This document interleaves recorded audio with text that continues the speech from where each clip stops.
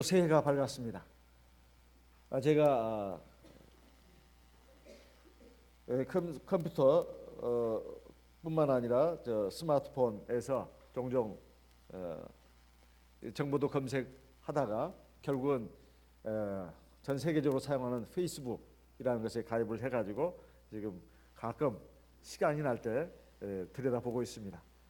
세계에 있는 우리 참여수교 성도님들 그 얼굴 사진 그리고 근황을 볼 수 있으니까 재미도 있고 또 가끔 짜투리 시간을 그런 대로 즐겁게 보내고 있는데, 요즘 올라오는 글들을 보니까, 사진을 보니까 해피 뉴 이어 이런 말들, 그리고 신년 콰일러 이런 말이 있더라고요. 이게 무슨 말인가 했더니 행복한 한 해가 되세요. 해피 뉴 이어. 그리고 우리말로는 신년 쾌락입니다. 신년 쾌락. 신년 쾌락이란 말이 신년 콰일러 이런 뜻입니다. 이게 저 중국에서 오신 분들이 계신가 모르겠네요. 발음이 정확한지 모르겠습니다. 기묘하게도 참 새해 복 많이 받으라는 말에 해피란 말이 들어갑니다. 해피. 이것은 행복하다는 말도 있지만 즐거운, 유쾌한 이런 뜻이 들어있어요. I'm happy to meet you. 난 당신 만나서 행복해요 이 말도 되지만 난 당신 만나서 즐거워요, 기뻐요 이런 말입니다. 신년 쾌락이라는 말은 우리가 보통 쾌락 그러면 좋은 의미보다는 나쁜 의미로 많이 쓰이고 있습니다. 쾌락이란 말은 즐거울 쾌, 유쾌할 쾌, 즐거울 낙입니다. 즐거울 낙. 우리는 보통 한자를 써가지고 근하 신년 이렇게 씁니다. 근실한 마음으로 하 축하한다는 말이죠. 새해를 신년, 근하 신년, 근실한 마음으로 새해를 축하합니다 이런 뜻입니다. 자, 어쨌든 세계적으로 쓰는 말은 다 같은 말입니다. 한 해가 즐겁고 유쾌하고 행복한 한 해가 되게 해달라고. 그런데 우리 인생이, 해 아래 사는 인생이 인생의 허물을 극복하기 위해서 온갖 노력을 하는데, 지난 시간에 우리는 그 한 가지 노력의 방향으로서 지성주의를 살펴봤습니다. 그러니까 지혜와 지식을 많이 얻으면 인생의 공허함을, 허무함을 극복하고 행복한 삶을 살 수 있다는 것입니다. 그래서 많은 사람들이 그 지식과 지혜를 얻기에 혈안이 돼서 노력을 합니다. 태어나면서부터 죽을 때까지 지적인 갈망, 욕구가 있다는 것입니다. 그렇지만 그것이 결국은 인간을 행복하게 해주는 것이 아니다는 것을 지난 시간에 배웠습니다. 참된 지혜와 지식은 해 아래에 있는 것이 아니라 해 위에 있는 것이다. 그리고 해 위에 있는 하나님, 그리고 하나님의 나라와 연결되지 않은 지혜나 지식은 사실은 무용한 것이고 한계가 있다. 이것을 말씀드렸습니다. 해 위에 있는 하나님, 해 위에 있는 영원한 나라, 하나님 나라와 연결됐을 때 해 아래에 있는 지혜와 지식도 빛을 발할 수 있고 값어치가 있는 것이고 유용한 것으로 쓰일 수 있다는 것을 말씀드렸습니다. 오늘 두 번째 이 시간에는 해 아래 인생의 허물을, 공허함을 극복하기 위해서 사람들이 어떻게 노력하는가. 그 두 번째는 바로 쾌락입니다. 쾌락. 여기 이 말씀을 기록한 사람은 바로 이상 전무후무한 부귀 영화를 누렸던 솔로몬 왕입니다. 솔로몬 왕이 이제 지혜와 지식으로는 허물을 극복할 수 없다는 것을 깨닫고 하나의 또 다른 방향으로 나갔습니다. 그게 바로 뭔가 하면 쾌락이다 이 말이에요. 그 쾌락이 어떤 방면으로 나왔는가? 첫 번째는 술입니다. 여기에 육체적인 쾌락을 위한 첫 번째 시도는 술을 마시면서 육신을 즐겁게 하려고 했다는 것입니다. 그러니까 육체적인 활락을 맛보기 위해서 감각적인 쾌락에다가 자신을 맡겨보려고 술을 찾게 되었던 것인데, 이 전도자가 술을 통해서 과연 인생의 허물을 극복할 수 있었는가? 여기 보면 시험적으로 자기가 이런 육체적인 쾌락에 한번 몰두해 봤다고 말하고 있습니다. 3절에 보면 내 마음에 궁구하기를 내가 어떻게 하여야 내 마음의 지혜로 다스림을 받으면서 술로 내 육신을 즐겁게 할까?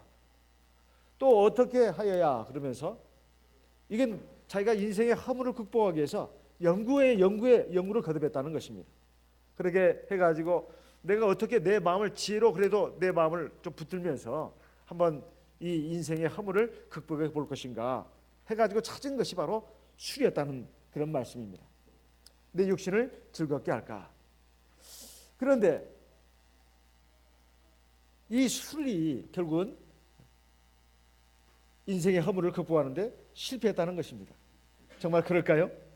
오늘날 세상에 많은 사람들을 보면 사실 이 술이 우리 생활에 있어서 거의 필수품처럼 되어 있습니다. 그래가지고 참 한국 사회는 더군다나 세계에서 아주 술 많이 마시는 민족으로 되어 있는데 술을 마시지 못하면 사회생활하기 어렵다고 할 정도로 그만큼 이 술이 굉장한 큰 영향을 끼치고 있습니다. 그런데 세상에 일어나는 특히 우리나라에서 일어나는 범죄 사건의 70% 이상이 술과 다 직간접적으로 관련이 돼 있다고 하는 보도는 여러 번 나온 바 있습니다. 최근에 일어난 살인 사건도 보게 되면 결국 술을 마시고 이 판단력이 흐려져 가지고 결국은 사람을 죽이고 그걸 가방에다 넣고 어디다가 버린 이런 일도 바로 이 술을 마시는 가운데서 그렇게 잘못된 또 생각이 일어나 가지고 결국 사람을 죽이고야 말았습니다. 어디 그뿐이겠습니까? 세상에 일어나는 모든 범죄 사건의 7, 80% 이상이 다 술과 관련이 돼 있다는 거예요. 그런데 이 술을 마시는 이유가 기분이 좋아서 또는 기분이 나빠서 울적해서 슬퍼서 심심해서 또는 사람과 교제를 나누기 위해서 이 술을 마신다고 합니다. 그런데 과연 그것이 정말로 좋은 결과를 맺느냐는 거예요. 원래 술이 만들어진 역사는 굉장히 오래됐습니다. 우리 성경의 창세기를 보게 되면 노아가 하나님의 홍수의 심판에서 구원을 받고 이제 첫 농사를 지어가지고 결국 만든 것 중에 하나가 그 포도주입니다. 그 술을 먹고 그냥 취해가지고 대낮에 벌거벗고 누웠어요. 그래가지고 이제 그 아들 하나가 그 아들이 셋이 있었는데 그 중에 하나가 함 아니겠습니까? 함이 아버지의 그 벌거벗은 모습을 보고 가나안의 아비 함이라고 나옵니다. 창세기 9장에 나오죠. 창세기 9장 20절로 27절에 나옵니다. 결국 그것을 보고 형제들한테 가서 말했습니다. 그랬더니 형제들이 셈과 야벳이 그 소식을 듣고는 아버지의 옷을 준비해 가지고 뒷걸음쳐서 들어가서 아버지 하체를 보지 않고 그걸 덮어줬다 이런 말이 나오죠. 그렇게 해서 결국 가나안의 아비 함은 저주를 받습니다. 그리고 셈과 야벳은 축복을 받는다 이 말이에요. 사실 잘못한 것은 노아인 것 같은데 어떻게 이렇게 이런 일이 벌어졌나. 어쨌든 또 이 술이라고 하는 것이 자연스럽게 만들어진 것 같습니다. 어쨌든 이제 과일 이런 것을 또는 곡물 가지고 어떻게 하다 보니까 그게 발효가 됐는데 그걸 한번 마셔보니까 참 맛도 좋고 향도 좋고 그리고 기분도 좋아지더라. 그래가지고 시작된 게 술인데 이 술도 결국은 하나님이 주신 이 그 과일 또는 곡물을 가지고 만든 것이니까 하나님의 인생을 즐기라고 주신 것이라고 하는 생각도 듭니다. 그렇지만은 그것을 가지고 이게 이제 지나치게 마시다 보니까 결국은 실수를 하게 돼 있고 죄를 짓게 돼 있고 잘못을 저지르게 돼 있다 이 말이에요. 또 술의 힘을 빌려 가지고 범죄를 저지르고 또 악을 행하는 이런 일들이 세계 곳곳에서 일어나고 있지 않습니까? 그래서 사실은 하나님께서 노아를 책망하신 게 아니고 이걸 실수라고 보신 겁니다.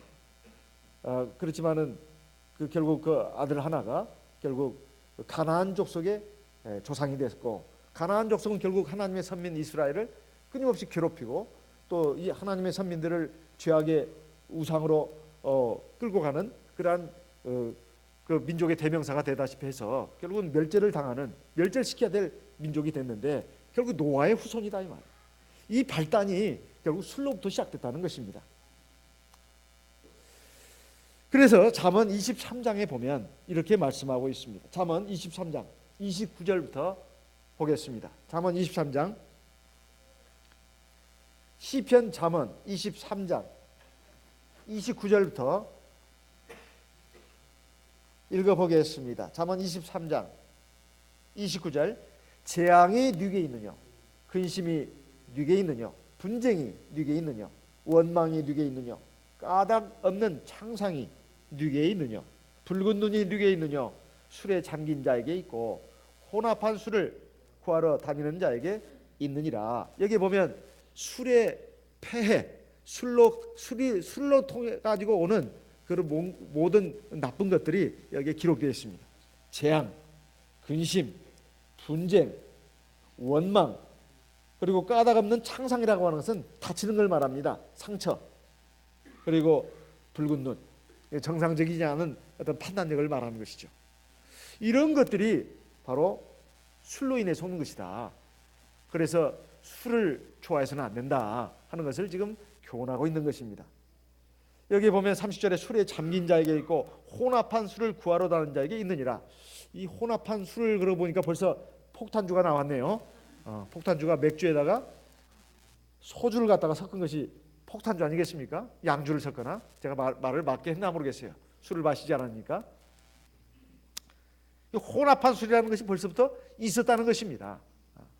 술에 잠긴 자, 혼합한 술을 구하러 다니는 자에게 있느니라, 이렇게 말씀하고 있어요. 이런 말씀을 하니까 성경에 술을 마시지 말라는 데가 어디 있느냐 이렇게 말하는 분들이 꼭 있습니다. 술을 취하지 말라고 했지 어디 술을 마시지 말라고 했느냐. 그런데 또 하나, 포도주는 술이 아니다 이렇게 말하는 분도 있어요. 그걸 포도주라고 하면 그러니까 술주자가 들어가니까 와인이라고 합니다. 와인은 술이 아니야. 와인은 마셔도 돼. 이렇게 말한다. 와인을 번역하면 포도주 아닌가요? 자, 31절 한번 읽어보겠습니다. 포도주는 붉고 잔에서 번쩍이며 순하게 내려가나니. 이게 포도주는 참 독한 술이 아니네요. 고량주나 이런 그 아주 독한 술, 그런 아니다 이 말. 순하게 내려간다는 것은 순한 술이라는 뜻입니다. 그렇지만은 너는 그것을 보지도 말라고 되어 있어요. 그럼 눈 감고 먹으면 된다? 그건 아니죠. 보지도 말라고 했으니까 만지지도 말라는 뜻이고 입에 대지도 말라는 뜻 아니겠습니까? 우리말 실력이 좀 있어야 합니다. 쳐다보지도 말라요. 자, 왜 그럴까요? 32절 읽어보겠습니다. 이것이 마침내 뱀같이 물 것이요 독사같이 쏠 것이며. 이 포도주라고 순한 술이라고 그냥 한 잔 홀짝, 찔끔 홀짝 그렇게 마시다 보면 결국은 어떻게 된다? 뱀같이 독사같이 너를 쏠 것이다, 이런 말입니다. 33절에 또 내 눈에는 괴이한 것이 보일 것이요 네 마음은 망명된 것을 말할 것이며. 요즘 일어나는 모든 강도, 살인 사건뿐만 아니라 성폭행, 그런 사건, 성추행 사건들도 거의 다 술을 통해서 또 많이 일어난다고 합니다. 그러니까 이 술을 먹으면 이성의 판단력이 약해집니다. 그러니까 보통 술을 마시면 사람들은 말이 많아지고 마음이 풀어진다고 그러죠. 속에 있는 얘기도 한다고 합니다. 그렇지만은 그것만 보시면 안 된다 이 말이에요. 술을 마시게 되면 도덕 감정, 또 이성적인 판단력이 흐려집니다. 약해진다 이 말이에요. 그러니까 속에 있는 말 없는 말 다 쏟아내죠. 그 좋은 것만 보고 그렇게 넘어가서는 안 됩니다. 도덕적인 어떤 이런 것들도 굉장히 약해집니다. 약해져 가지고 결국은 나쁜 생각도 일어나게 되고 그것도 겁없이 하게 된다 이 말이에요. 마치 맹수를 철장에 가둬놓고 우리가 서커스도 보고 즐기고 그런데 그 철장이 있기 때문에 우리가 보고 즐기는 것이지, 철장이 없다면 그 안에는 호랑이, 사자가 그 관객들을 가만 놔두지 않습니다. 물어 덮친다 이 말이에요. 사상자가 일어나게 되어 있습니다. 그게 바로 이성이고 도덕적인 감정인데, 도덕률인데, 이것이 술을 마시는 순간 그 철장들이 이제 부서지고 깨지고 내려가게 돼 있다 이 말이에요. 그래가지고 동물적인 어떤 본능들이 일어난다 이 말이에요. 그리고 죄하게 되는 어떤 충동들이, 억눌렸던 육체의 정욕들이 일어나기 시작합니다. 그래서 결국은 죄를 짓게 되는 것이다 이 말이에요. 그 발단을 제공하는 것이 바로 술이라는 것입니다. 그래서 내 마음은 망명된 것을 말할 것이며 바랄 것이며. 34절 너는 바다 위에 누운 자 같을 것이며 돛대 위에 누운 자 같을 것이며 네가 스스로 말하기를 사람이 나를 때려도 나는 아프지 아니하고 나를 상하게 하여도 내게 감각이 없도다. 내가 언제나 깰까 다시 술을 찾겠다 하리라. 술을 먹을 때는 기분이 좋은 것 같은데 먹고 나면 말로 다 할 수 없는 허무가 옵니다. 속만 쓰는 게 아니에요. 그래서 해장국만 찾고 그렇게 하는 것이 아닙니다.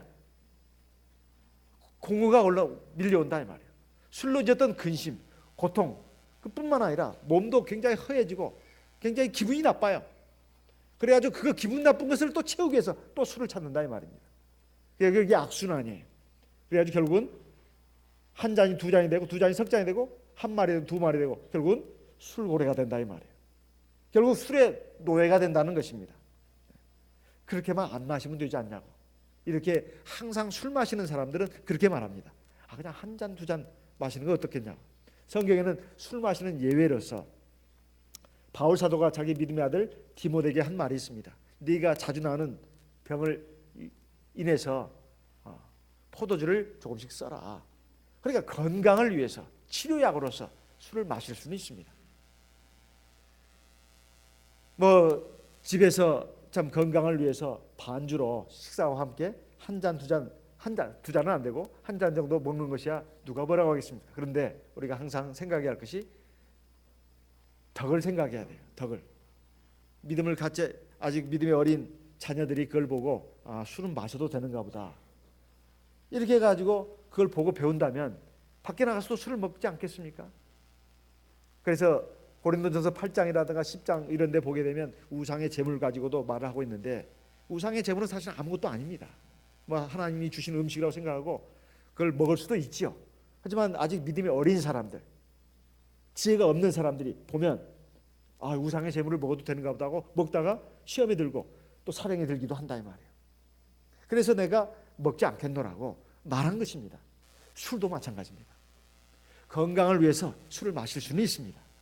하지만 생각을 해야 된다 이게. 아직 믿음이 어린 자녀들이 또 신도들이 그걸 보고 본을 받는다 이 말입니다. 그래서 언제 그분 술을 마실 수 있냐? 자녀들 다 출가하고 이제 노년에 들어가지고 혼자 있을 때 누가 옆에 있으면 안 됩니다. 몰래 밥 먹고 나서 몰래 한 잔 먹는 것은 괜찮을지 모르겠어요. 하지만 그것도 조심해야 된다 이게. 내가 그 한 잔이 두 잔이 되고 술의 위험성이 있으니까 항상 생각을 해야 된다 이 말이에요. 내가 꼭 술을 통해서 건강을 얻어야 되겠다 이렇게 생각한다면 할 말이 없지만 술 말고도 우리에게 건강을 주는 것들은 굉장히 많습니다. 첫째는 걷는 운동이 있잖아요. 그리고 현미 잡곡밥이 있지 않습니까? 또 설 따라 나오는 채소가 있잖아요. 많이 있다 이 말이에요. 그 다음에 오디도 있고 복분자도 있고 포도도 있고 자두도 있고 굉장히 많습니다. 그 설탕 넣어가지고 이렇게 해가지고 그냥 그 즙을 먹으면 좋아요. 꼭 술을 먹어야 될 이유는 없습니다. 우리가 이렇게 생각하면서 술에 대해서 어쨌든 내가 먹지 않겠다는 이 결심을 해야 합니다. 그럼 삼계탕집에 가서 술 나오는 거 어떡합니까? 끓는 물에 넣으시면 괜찮습니다. 또 포도주를 향기롭게 하기 위해서 그 술을 넣는 분도 있더라고요. 대만의 목자님들이 그러시더라고요. 그래서 내가 깜짝 놀랐습니다. 들어가는 순간 알코올은 없어진다는 거예요. 어제 저도 한번 그렇게 해보려고 하다가 보니까 술이 없어서 못 하겠습니다. 어쨌든 그걸 보고 동부에 있는 산지주에 있는 그 신도들이 보고는 우리 목자님들이 술을 마시니까 우리도 술 마시는 됐다 싶어가지고 술 먹고 그냥 대낮에 취해가지고 길바닥에 그냥 넘어진 우리 동부 산지주의 신도들이 제법 나왔다고 그래요. 그래서 참 저렇게 한심한 혀를 찼다고 합니다. 술을 마시라는 것이 아니라 술을 조미료로 넣는 것은 넣는 걸 갖다가 이걸 오해를 해가지고 술 마셔도 되는 것으로 오해를 하더라 이 말이에요. 그 믿음 좋은 대만의 동부 지역의 원주민 우리 성도들도 그리고 오해하는 분들도 있더라는 겁니다. 그래서 우리가 이 성경에서 보면 이 술을 마시게 되면 결국은 하나님 앞에서 그 죄를 짓게 돼 있다는 것입니다. 그래가지고 결국은 믿음에서 떨어질 수도 있다는 거예요. 그래서 하늘나라 못 따라가는 그 사람들 중에 술 취하는 사람도 들어있습니다. 갈라디아서 5장을 보겠습니다. 갈라디아서 5장.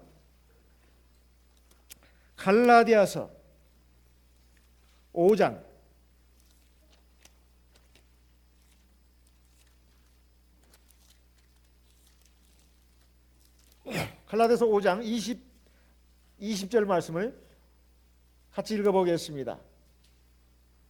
갈라디아서 5장 20절 우상 숭배와 술수와 원수를 맺는 것과 분쟁과 시기와 분냄과 당 짓는 것과 불리함과 이단과 21절 같이 읽겠습니다.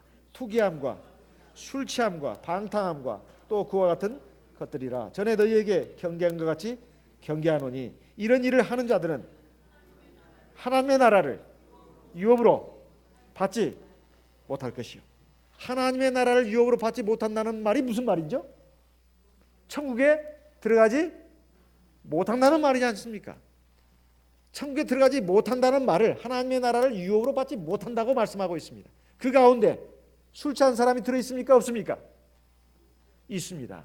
그러면 저는 술을 마시는데 절대 술이 안 취합니다. 그런 사람이 있을까요? 있을까요? 없을까요? 그 거짓말입니다.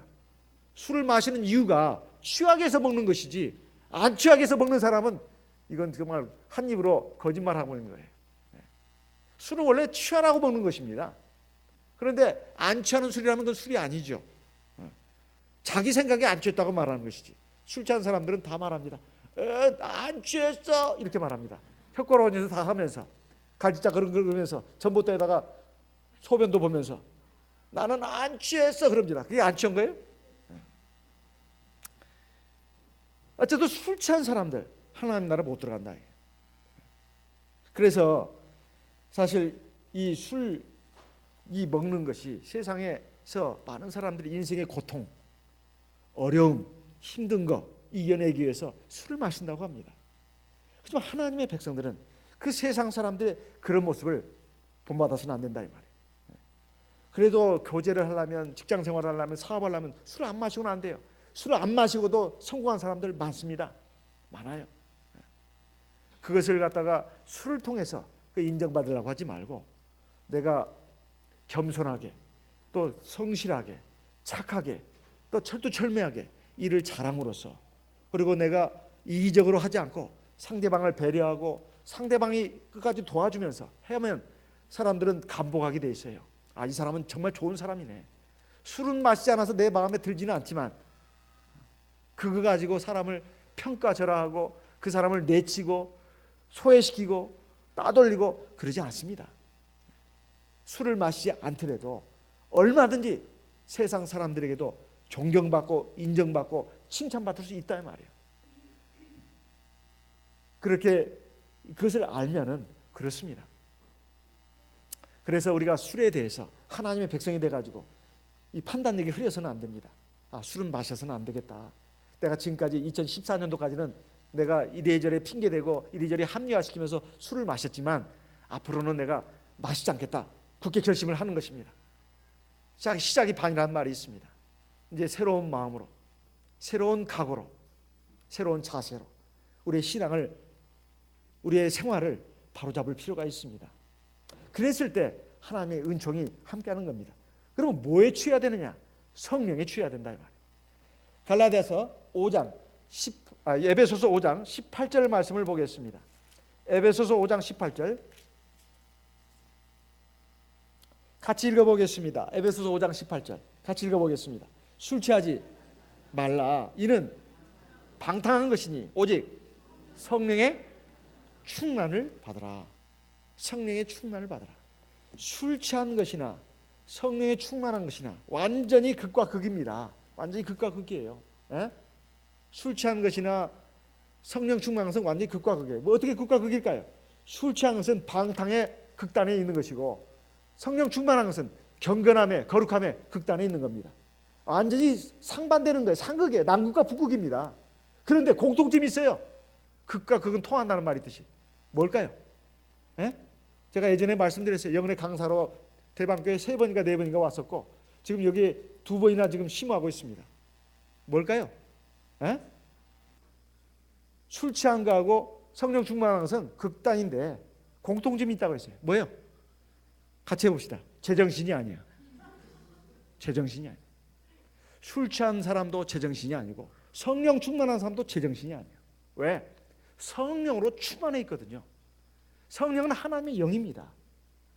내 정신으로 맨정신으로는 원수 사랑할 수 없어요.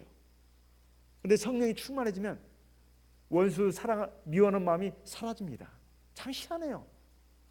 그리고 불쌍히 여기는 마음이 일어난다 이 말이에요. 이건 내 의지로 되는 게 아닙니다. 성령이 충만하지만 그렇게 된다 이 말이에요. 그리고 내 예전에는 그러지 않았습니다. 내 자랑하고 남 시기 질투하고 미워하고 이랬는데 그런 것들이 사라져요. 이게 내 본정신으로 그렇게 된 게 아니에요. 성령이 충만하면 그렇게 됩니다. 누가 겸손하라고 억지로 막 강권해가지고 되는 게 아니에요. 저절로 내 부족함을 압니다. 그리고 내 자랑하지 않아요. 하나님의 영광만 나타냅니다. 그리고 혹시라도 남이 나를 칭찬하면 막 부담스럽습니다. 하나님의 영광을 내가 빼앗은 것 같아서 괜히 죄송하다 이 말이에요.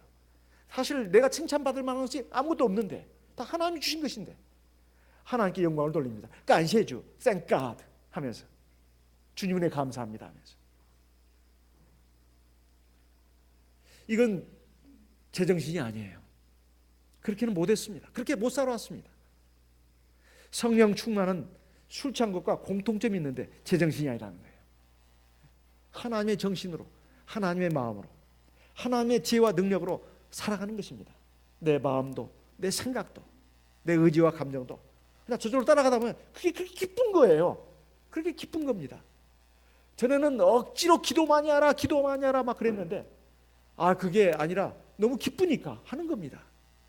의무감으로 어떤 굴레에 씌어가지고 율법처럼 막 그 하는 것이 아니라 정말 저절로 되는 거예요.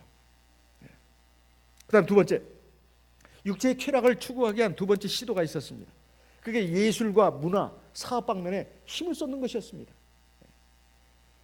그리고 이것은 일종의 심리 활동이죠. 아름다움을 추구하는 활동입니다. 사업도 여기 보면 전도서 2장에 집들과 포도원을 마련하고 이런 말이 나옵니다. 연못을 파고. 또 동산과 과원이 뭐예요? 과원? 이건 과수원을 말합니다. 그리고 연못을 만들었어요. 저는 참 그림 같은 집, 아주 아주 부자인 사람들의 집을 TV를 통해서 본 적이 있습니다. 얼마나 집이 넓은지요. 집도 막 으리으리한 뿐만 아니라 제일 부러운 것은 막 그 각종 나무들, 과일 나무들이 있고, 그다음에 연못까지 있고, 거기는 황금 잉어들이 뛰어노 막 유유자적하면서 거닐어요. 또 물레방아가 돌아가고 참말로 그림 같은 집입니다. 저런 집에 살면 얼마나 좋을까 그런 생각이 들 정도예요. 그런 집은 아니라 하더라도 정말로 좋은 집 가지고 사는 분들 집에 가서 보면 참말로 눈이 막 황홀할 정도예요. 참 진짜 돈 많은 사람들의 집은 이런 집이구나. 제 사촌 동생 집을 내가 말한 적이 있습니다. 저기 구파발 지나가지고 어디에요? 지금 기억이 잘 안 나네요. 거기에 제 사촌 동생이 오빠 한번 오세요. 그래 가봤더니 그 집이 10억이 넘는다고. 10억이 뭐예요? 몇십억이 넘는다고 합니다. 몇십억이 넘는다고. 그래서 보니까 정말 너무나 황홀할 정도예요. 세상에 제가 태어나가지고 그 집보다 더 좋은 집을 못 봤습니다. 그런데 거기에 또 밤에 나오면 또 밤하늘 별들도 바라볼 수 있고 테라스도 있고 아주 기가 막힌 집입니다. 좋은 커피에다가 또 아주 아름다운 클래식 음악까지 들려주면서 오빠 어때요? 그래서 참 황홀하다. 네, 그랬습니다. 그런데 그게 참 그 집들보다도 훨씬 정말 아름답고 황홀한 그 집을 짓고 살았다는 것입니다. 그래서 여기 이 광경을 보고 스바 여왕이 와서 감탄을 했습니다. 탐복을 했어요. 그뿐이겠습니까? 열왕기상 10장 5절로 8절, 열왕기상 10장 5절로 8절, 그리고 열왕기상 4장 22절 23절에 보면 이 솔로몬 왕궁에서 소비되는 1일 1분 식량 가운데 20마리의 소가 들어갔고 100마리의 양이 포함됐다는 것, 이것이 들어 있습니다. 그러니까 하루분의 식사가 그렇다는 거예요. 100마리의 양, 그리고 20마리의 소가 그게 잡혀서 죽었다는 말이에요. 그리고 열왕기상 10장에 역시 나와 있습니다. 은금과 왕들의 보배와 여러 도의 보배를 모았는데, 은금은 무역을 통해서 국내에 아마 유입된 것 같습니다. 그리고 왕들의 보배라고 하는 것은 아마 솔로몬에 의해서 정복된 나라, 그 밖에 이웃 나라에서 보내온 어떤 곡물이 아닌가. 곡물. 이런 것들이 이게 기록이 되어 있다 이 말이에요. 그러니까 이런 것들이 굉장합니다. 그 다음에 열왕기서에는 또 그 밖에도 솔로몬의 1년 그 세입금이 나오는데 666 금달란트, 열왕기서 10장에 기록이 되어 있습니다. 14절부터 한번 좀 보겠습니다. 열왕기상 10장을 한번 보겠습니다. 열왕기상 10장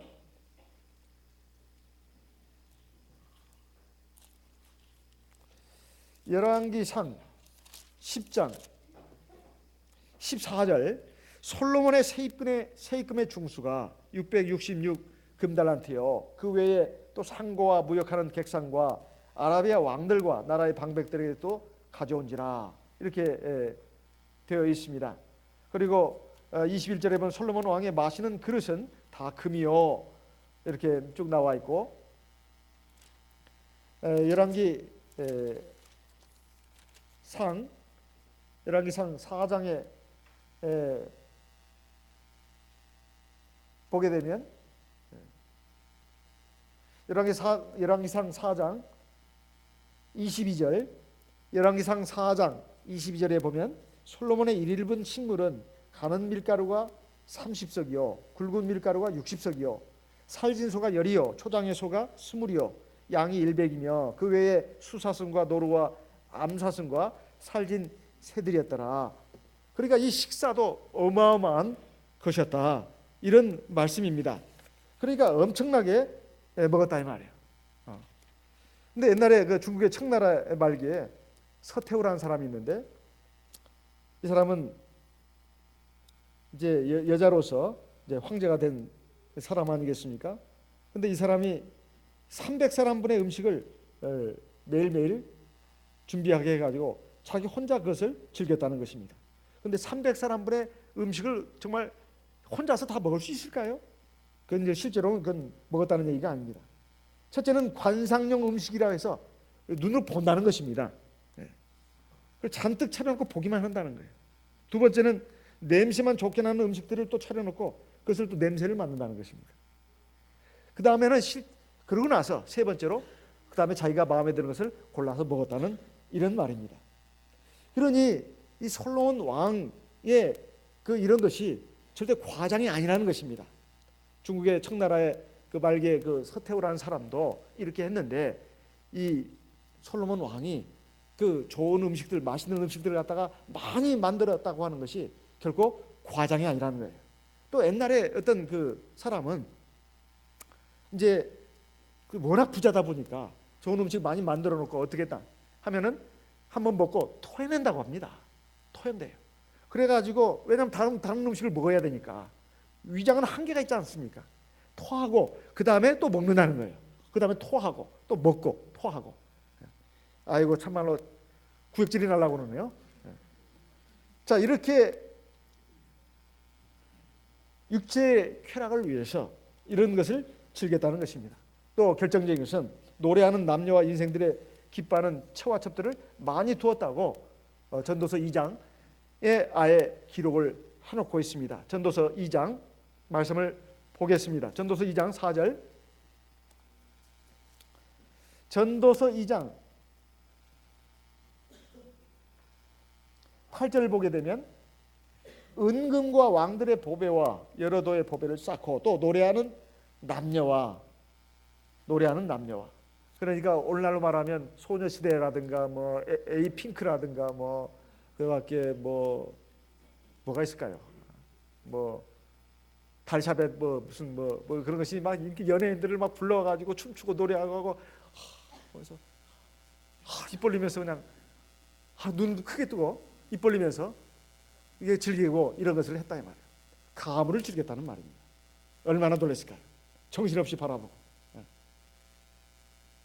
그리고 처첩들을 많이 뒀다는 것입니다. 정식 왕비 말고도 비빈들을 많이 뒀다는 거예요. 후궁들을 갖다.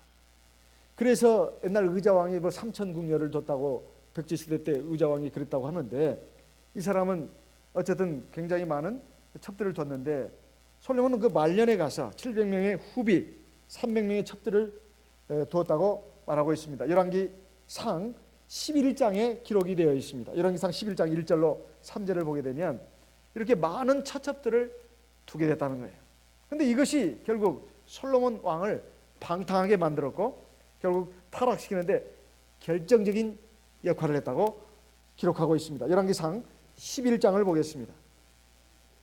열왕기상 11장 1절. 열왕기상 11장 1절. 솔로몬 왕이 바로의 딸 외에 이방의 많은 여인을 사랑하였으니 곧 모압과 암몬과 에돔과 시돈과 헷 여인이라. 여호와께서 일찍이 이 여러 국민에게 대하여 이스라엘 자손에게 말씀하시기를 너희는 저희와 서로 통하지 말며 저희도 너희와 서로 통하게 말라. 저희가 정령코 너희의 마음을 돌이켜 저희의 신들을 좇게 하리라 하셨으나 솔로몬이 저희를 연애하였더라. 3절. 왕은 후비가 700인이요 빈장이 300이니라. 왕비들이 왕의 마음을 돌이켰더라. 4절. 솔로몬의 나이 늙을 때에 왕비들이 그 마음을 돌이켜 다른 신들을 좇게 하였으므로 왕의 마음이 그 붙인 다윗의 마음과 같지 아니하여 그 하나님 여호와 앞에 온전치 못하였으니. 사실 한 남자가 한 여자를 결혼해서 하는 것은 하나님 정하신 뜻입니다. 근데 왕이다 보니까 이렇게 엄청난 권세를 가지고 많은 후궁들 또 첩들을 거느렸다 이 말이에요. 대체 이 많은 첩들을 어떻게 거느리고 살았을까? 참 신기할 노릇이기도 합니다. 그런데 결국은 이 여자들을 다 사랑했다고 나오고, 그러니 사랑하다 보면 결국은 그 말에 넘어갈 수밖에 없습니다. 옛날에 아담이 하와의 말에 그냥 넘어가가지고 선악과를 따먹고야 말지 않았습니까? 물론 좋은 영향도 많이 받지만 나쁜 영향도 받는다 이 말이에요. 나쁜 영향도 받습니다. 그래가지고 결국은 하나님께서 금하신 이방 혼인을 갖다가 이 왕이 돼가지고서 하는 바람에 결국 이방 족속의 그 우상 숭배 신앙을 결국은 받아들이게 됐고 거기에 빠져들게 됐습니다. 결국 하나님 앞에서 죄악, 우상 숭배로 나가는 이런 것이 된 것이 바로 이런 그 쾌락을 즐겼다는 거예요. 일종의 성적인 쾌락이죠. 성적인 쾌락입니다. 최근에 뉴스 보도를 통해서 나오는 바에 의하면 중국의 시진핑 주석이 지금 막 그 부패 청산 작업을 하고 있는데 지금까지 최고의 권좌를 누렸던 사람들 가운데 보면은 거의가 다 처첩들을 거느리고 있다. 처첩들을. 그 중에 최고 인기 처첩이 누군가 했더니 중국의 CCTV의 앵커들이라고 합니다. 앵커들은 저 미모에다가 학벌도 높고 그 다음에 그 뭐 말도 잘하고 교양이 있고 그러니까 아마 그 권력자들의 눈에 막 쏙 들은 것 같습니다. 그러니까 그 또 이 그 TV 앵커들은 또 자기가 또 두각을 나타내기 위해서 아마 권력과 결탁을 하니라고 자기 몸도 팔고 아마 이랬던 모양입니다. 이런 것들이 지금 막 우리 한국의 신문에까지 그 얼굴까지 지금 나오고 있어요. 참 이거 참 기가 막힌 노릇이죠. 그래서 이런 것들이 옛날에는 얼마나 더 심했겠는가 하는 것입니다. 왕은 절대 권력자입니다. 정말 최고의 1인 권력자다 이 말이에요. 그러니까 마음대로 할 수가 있는 것이죠. 그러니까 이런 그 성적인 타락도 했다 이 말이에요. 문화 방면, 예술 방면, 그리고 사업 방면, 그리고 가무 오락 방면, 그리고 성적인 쾌락을 추구하는 방면, 이런 것들을 탐지게 했다 이 말입니다. 푹 빠져들어가지고 완전히 그냥 사로잡혔다 이 말이에요. 그런데 이렇게 사치스럽고 이렇게 호화찬란하고 이렇게 감각적인 쾌락을 쫓아가지고 과연 인생의 허물을 극복했냐는 것입니다. 그렇게 하지를 못했습니다. 그렇게 해서 국고도 많이 탕진하고 이방인을 첩으로 삼아가지고 결국엔 우상숭배 취약으로 빠져든 이 솔로몬이 과연 그렇게 됐냐 이 말입니다.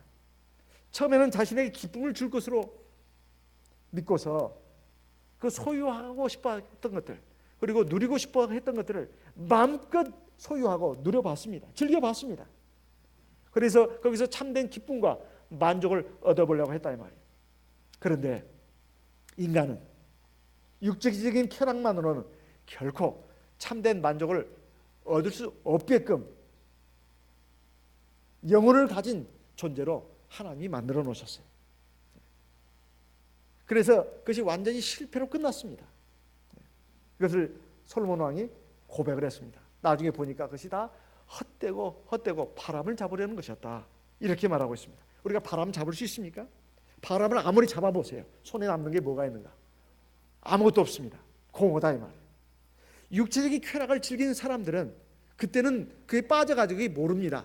재미가 있고 즐겁고 또 스릴이 넘치고 그런지 몰라요. 하지만 그 뒤에 보면 말로 다 할 수 없는 공허함이, 씁쓸함이, 절망이, 비탄함이, 또 죄책감이 밀려온다고 합니다. 하나님을 떠난 인간의 모든 추구하는 바는 다 무익한 것인데 특히 지속적인 행복이 없다는 거예요. 그리고 인간 생명의 핵심이라고 할 수 있는 영혼의 갈망에 아무런 만족을 주지 못한다는 것입니다. 여기 전도자가 한 말 가운데 아주 기가 막힌 말이 전도서 2장 10절에 나와 있습니다. 전도서 2장 10절을 보게 되면 무엇이든지 내 눈이 원하는 것을 내가 금하지 아니하며 무엇이든지 내 마음이 즐거워하는 것을 내가 막지 아니하였으니 이렇게 말이 나옵니다. 그러니까 내가 보고 싶은 거 다 보고 내가 내 마음에 즐거워하는 거 내가 하고 싶은 거 다 해봤다는 거예요. 그렇지만은 11절 보니까 그 후에 본즉 내 손으로 한 모든 일과 모든 수고가 다 헛되어 바람을 잡으려는 것이었다. 이렇게 말하고 있습니다. 실로 인간의 본능적인 욕구라는 것은 끝이 없습니다. 만족할 줄 모른다 이 말이에요. 오늘 맛있는 음식을 막 먹었습니다. 그러면 그때뿐입니다. 그러고 나서 저녁 때 되면 또 배가 고파요. 또 안 먹을 수도 없습니다. 오늘 점심 맛있게 배부르게 먹었으니까 배 터지게 먹었으니까 저녁은 안 먹어도 되겠지. 그런 분은 별로 없습니다. 저녁에 뭐라도 먹습니다. 간단하게라도. 다음날 아침에 또 안 먹을 수 있나요? 먹어야죠. 배탈이 나지 않은 이상은 먹게 되어 있습니다. 그리고 아무리 좋은 경치도 봐도 끝이 없는 거예요. 끝이 없는 겁니다. 그리고 그 좋은 경치 속에 들어가 보세요. 그것이 이제 그렇게 좋은 경치로 보이지도 않습니다. 계속적으로 인간은 새롭고 신기한 것들을 추구한다 이 말이에요. 새로운 맛을 추구합니다. 그래서 본능의 욕구를 절제하지 못하는 사람은 그것에 사로잡혀 가지고 나중에 결국은 본능의 노예가 되고 만다 이 말이에요. 육체적인 정욕의 노예가 되고 맙니다. 이런 사람은 결국은 거룩하신 영으로 계시는 하나님과 정상적인 교제, 영적인 교제를 할 수가 없습니다. 종적으로는 어떻게 되느냐? 하나님의 영원한 나라에 들어갈 수 없는 그런 사람이 돼서 영원한 절망과 비탄, 파멸의 자리로 떨어지고야 만다. 이런 말씀입니다. 그래서 우리가 추구해야 될 참된 쾌락은 그런 육체적인 쾌락, 세상적인 쾌락이 돼서는 안 됩니다. 하나님께서 사람을 영적인 존재로 만들었기 때문에 육체적인 쾌락, 세상적인 쾌락 이걸 쫓아가지고 허물을 메울 수가 없습니다. 공허함을 메울 수가 없다 이 말이에요. 인생의 허물을 극복할 수가 없습니다. 다 한계가 있다 이 말이에요. 그럼 우리가 추구해야 될 참된 쾌락은 뭐냐 하는 것입니다. 그것은 바로 성경에 다 이제 기록이 되어 있는데 첫째 하나님을 기뻐하는 것입니다. 참된 쾌락이라는 것은 하나님을 기뻐하는 데서 나온다. 왜 그럴까요? 우리가 하나님의 모양과 형상을 따라서 지음받은 존재고 하나님의 영을 그 속성을 닮았습니다. 우리 인간의 영도 하나님의 영의 속성을 닮았어요. 하나님의 영의 속성이 뭘까요? 창조성이 있습니다. 그리고 도덕성이 있어요. 그리고 신미성이 있습니다. 아름다움을 보고 즐기고 아는 그런 마음이죠. 그런데 이것이 하나님으로부터 우리가 온 거다 이 말이에요. 그런데 이것이 하나님과 단절되면서 마귀적인 것으로, 세속적인 것으로, 험한 것으로 이것이 바뀌었어요. 원래 우리 인간은 행복을 추구하는 존재로 만들어진 존재입니다. 그런데 그것도 하나님과 연결됐을 때만 참된 행복을 우리가 누릴 수 있어요. 지난 시간에 지혜에 대해서 말했습니다. 원래 지혜는 한 가지 지혜밖에 없었어요. 한 가지 지혜밖에 없었어요. 하나님 안에서의 지혜, 하나님이 주시는 지혜. 그런데 이것이 분리가 됐습니다. 두 종류로. 하늘에 속한 지혜와 세상 지혜로. 아담과 하와가 선악을 알게 하는 나무를 열매를 먹을 때 그 동기가, 그걸 따먹는 날엔 너희도 눈이 밝아져서 하나님처럼 선과 악을 분별하게 될 것을 하나님이 두려워하시기 때문에 따먹지 말라고 했다. 이 마귀의 충동을 받은 것이죠. 마귀는 너무나 지혜롭고 아름답기 때문에 하나님의 보좌를 탈취하려고 했던 사람, 그 존재입니다. 결국 쫓겨나지 않았어요? 그 마귀가 결국 인간에게 유혹한 것은 결국 그 지혜를 얻겠다는 것입니다. 그래서 하나님께서 결국 그들을 추방하셨죠. 쾌락도 마찬가지입니다. 쾌락도 원래는 하나님 안에서 참된 쾌락을 누릴 수 있는 존재로 인간이 만들어졌어요. 그런데 하나님과 관계가 단절되면서 쾌락도 두 종류로 나누게 된 겁니다. 하나는 참된 쾌락, 또 하나는 허망한 거짓된 쾌락. 이것이 두 종류로 나누게 된 겁니다. 그러면 정말 우리 인간이 하나님과 연결되고 하나님이 주시는 쾌락을 받아야 진짜 행복해질 수 있어요. 왜? 정말 믿음으로 이 세상을 살아가는 성도는 압니다. 참된 힘이 어디서 오는지 하나님께로부터 옵니다. 하나님만이 참된 힘을 주십니다. 그리고 내 진정한 내 소원을 이루는 그 원동력도 하나님이십니다. 그래서 하나님을 기뻐하라고 했어요. 시편 37편 4절을 보겠습니다. 시편 37편 4절 같이 읽어보겠습니다. 시편 37편 4절 같이 읽어보겠습니다. 또 여호와를 기뻐하라. 저가 네 마음의 소원을 이루어 주시리로다. 너의 길을 여호와께 맡기라. 저를 의지하면 저가 이루시고 네 의를 빛같이 나타내시며 내 공의를 정오의 빛같이 하시리로다. 하나님을 기뻐한다는 게 뭘까요? 하나님께 예배드리는 것, 하나님께 기도하는 것, 이게 기쁨이 돼야 돼요. 이게 하나님을 기뻐하는 것입니다.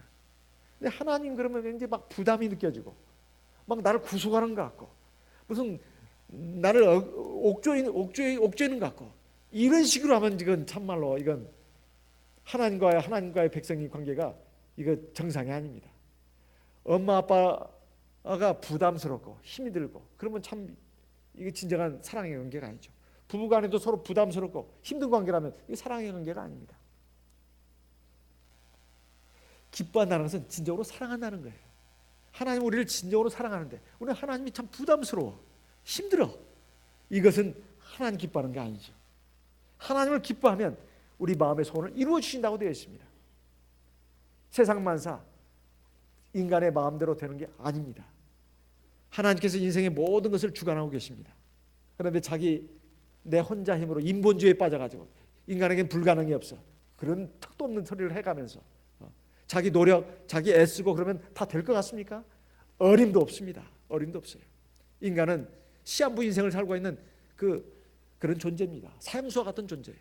그 죽음도 극복을 못한 존재가 돼가지고서 그리고 무슨 일이 날지 조금만 몸에 하나 이상만 생겨도 꼬꾸라집니다. 어젯밤에 예배 가운데 발에 대해서 나왔습니다. 어디 발뿐이겠습니까? 우리 인체에서 소중한 것은 사실 이 속에 숨겨져 있습니다. 숨어서 정말 그 기능을 다하기 때문에 우리 몸이 이렇게 정상적으로 움직여가는 거예요. 그 가운데 하나라도 이상이 생겨보세요. 그냥 꼼짝을 못합니다. 인간이 그렇게 약한 존재예요. 그런 인간이 무엇은 하나님이나 된 것처럼 그렇게 깝죽대냐 이 말이에요. 그럴 수 없는 겁니다. 정말 하나님이 우리 인간을 만들고 세상 만물을 우주 만물을 만들고 그걸 주관하신다는 이것을 모른다면 그 사람은 어리석은 인생을 살 수밖에 없어요. 하나님을 기뻐한다고 하는 것은 이것은 정말로 참 지혜를 가진 사람입니다. 우리의 인생의 길에 있어서 우리의 소원도 하나님을 기뻐하는 사람을 통에게 하나님께서는 함께해 주시고 형통함을 주십니다. 그래서 오늘 한 해 정말 내가 하나님을 기뻐하는 사람이 되어야 되겠다.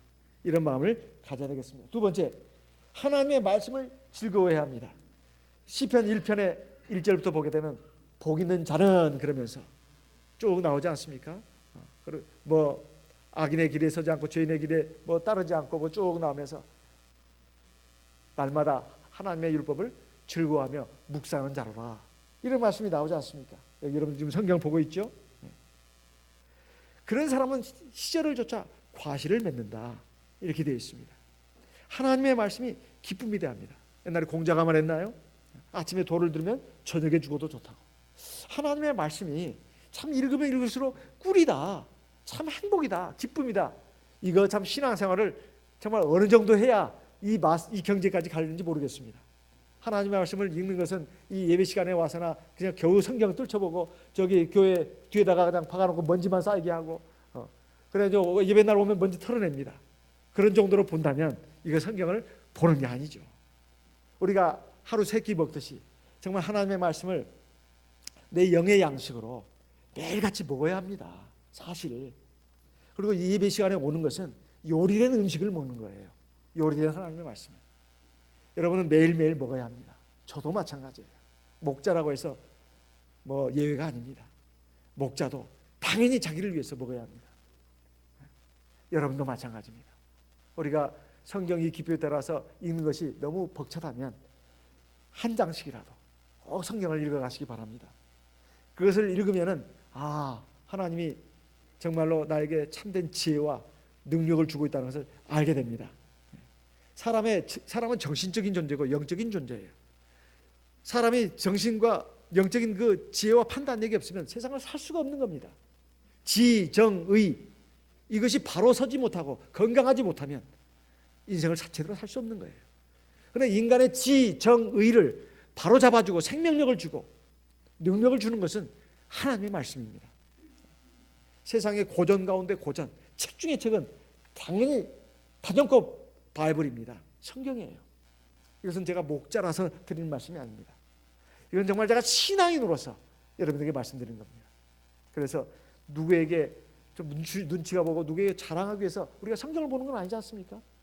자기 자신을 위해서 하나님의 말씀을 생명의 양식으로 먹어야 된다. 하루 세 끼는 꼬박꼬박 챙겨 먹으면서 왜 하나님의 말씀은 하루에 또 한 번도 안 먹냐 이 말이에요. 이것은 참 불행한 일입니다. 세 번째, 하나님께 기도하는 것을 즐거워해야 됩니다. 왜? 내게 힘과 능력과 지혜와 용기를, 삶의 위로와 평안을 주시는 분은 하나님입니다. 그런데 하나님이 영으로 역사한다 이 말이에요. 성령으로. 그것을 성령의 기도를 통해서 자기가 체험할 수 있습니다. 성령의 기도는 사실 영적인 호흡이기도 합니다. 이것도 어떤 의무로 굴레로 지금 말할 단계가 아닙니다. 사실은 이것은 내가 살기 위해서 사실 내가 숨을 쉬어야 된다 이 말이에요. 그러기 위해서는 반드시 하나님께 기도를 해야 합니다. 제가 며칠 전에 연말에 이제 맞아가지고 외국에 있는 어떤 성도님한테서 전화를 받았습니다. 국제 전화를 받았는데 그분이 지금 이 인터넷 방송을 통해서 계속 우리 대방교 설교를 듣고 있다고 합니다. 큰 은혜를 받고 있다고 그래요. 그러면서 이제 믿음이 생겨가지고 자기 자녀들에게도 계속 예배 잘 참석하고 또 기도도 많이 해야 되고 이걸 제가 얘기했는데 작년인가 재작년인가 얼마 전에 몇 해 전에 아이들이 성령을 받았습니다. 그래가지고 그래도 교회를 데리고 나가도 참 애들이 의무감으로 오는 것 같은 느낌이 들었다는 거예요. 그 전에 이제 해준 말과 같이 결합해서 제가 드리는 말씀입니다. 그런데 또 뭐 학생 영혼에다 뭐라고 하면 왜 내가 거기 가야 되냐고 막 힘들어하고 그냥 억지로 부모가 하도 가라고 하니까 가고 그랬는데 이번에 이제 거기에서 학생 영혼회가 있었는가 봅니다. 근데 갔다 와서 그 자녀가 하는 말이 엄마 전에는 엄마가 성령 충만 그런데 그걸 이해를 못했다는 거예요. 이해를 못했답니다. 그리고 기도를 어떻게 30분 이상 1시간씩이나 하는지 그걸 이해를 못했다는 거예요. 자기가 아무리 성령을 받아서도 아직 중학생인가 됩니다. 그런데 자기가 이번에 영은회에 가가지고 이렇게 그 하나님 말씀 듣고 기도하는 가운데 기도를 하는데 성령이 충만해지더라는 거예요. 그래서 30분을 기도해요. 1시간을 기도해도 전혀 힘이 안 들더라는 겁니다. 그리고 엄마의 말을 이해를 하게 됐다는 거예요. 이게 성령 충만인가 보구나.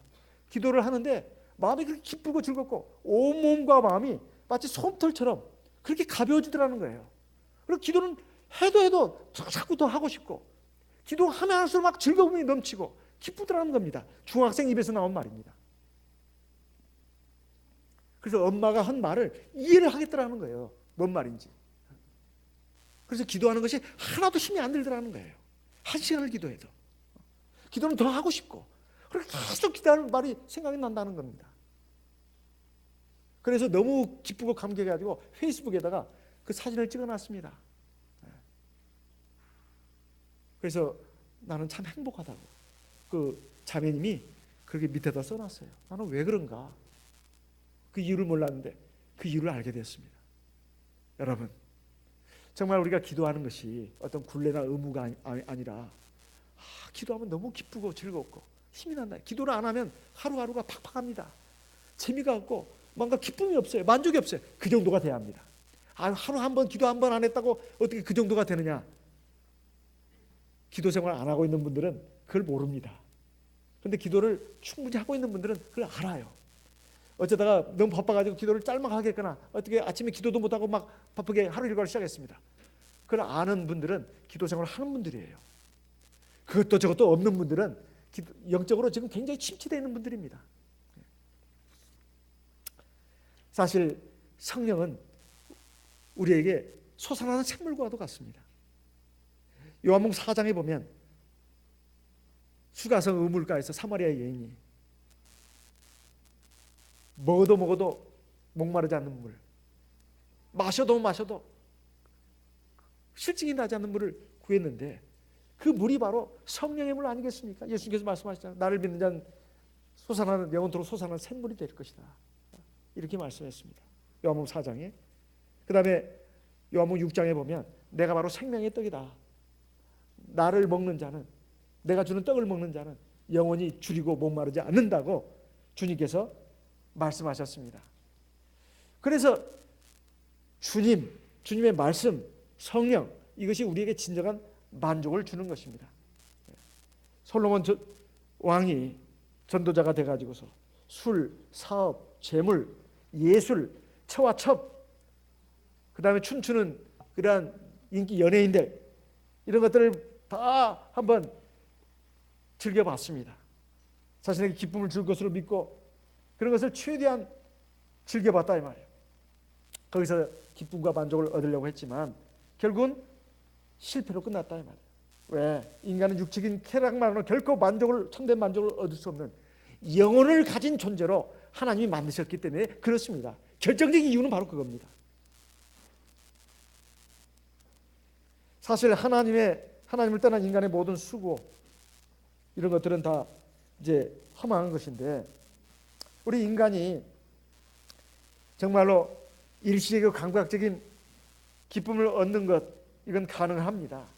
그렇지만은 하나님의 형상대로 모양대로 지음받은 영혼을 가진 존재로 태어난 인간에게 있어서는 세상적인 그런 것들, 육체적인 그런 향락들이 궁극적인 기쁨과 만족을 줄 수 없다는 거 우리가 꼭 기억을 해야 되겠습니다. 그래서 우리가 육체적인 쾌락을 가지고 만족을 얻겠다고 하는 사람들, 그게 술이 됐든 또는 뭐 재물이 됐든 또는 사업이 됐든 또는 이생의 어떤 성공 성취를 위한 것이 됐든 그런 것들은 절대로 행복을 주지 못한다 하는 것을 우리가 알아야 되겠습니다. 이것은 오히려 우리 갈증을 더하게 할 뿐이다. 마치 목이 마르다고 해서 바닷물을 자꾸 퍼마시면 오히려 갈증만 더해진 것과 같습니다. 결국은 죽음에 이르는 것입니다. 인생 허물을 잊어버리기 위해서 그 공허함을 메우기 위해서 헛된 쾌락에 탐닉하는 사람은 그 육신뿐만 아니라 영혼도 멸망을 한다 이 말이에요. 그래서 참된 쾌락이라고 하는 것, 영원한 쾌락이라고 하는 것은 오직 하나님을 통해서만 얻을 수 있고 누릴 수 있고 주어진다고 하는 것을 우리가 다시 한번 깨달아야 되겠습니다. 우리가 새해뿐만 아니라 앞으로 우리에게 남겨진 우리의 삶, 이 여생을 참된 쾌락을 추구하는 것으로 나가야 되겠습니다. 해피 뉴 이어, 신년 화려, 그나 신년 정말 행복한 한 해가 되시기를 주 예수님의 이름으로 기원하는 바입니다. 묵도하겠습니다.